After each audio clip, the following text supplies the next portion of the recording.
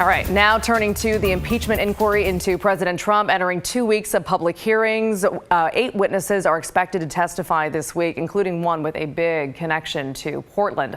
So first up, Lieutenant Colonel Alexander Vindman. He was on that July 25th phone call between President Trump and Ukraine's president, and he was so alarmed about what he heard that he reported his concerns to the National Security Council's top attorney.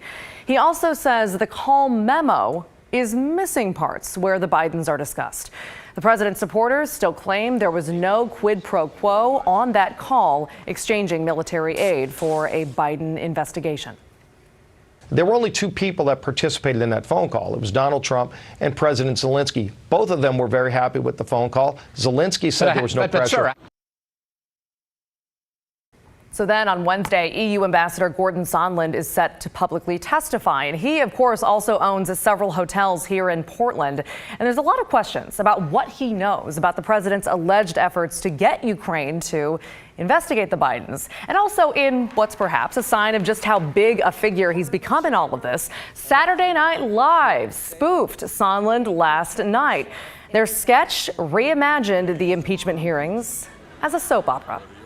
Not so fast! Ambassador Gordon Sondland? That's right. I'm part of this too! And I know that I said in earlier testimony that there was no quid pro quo, but that's because I had amnesia.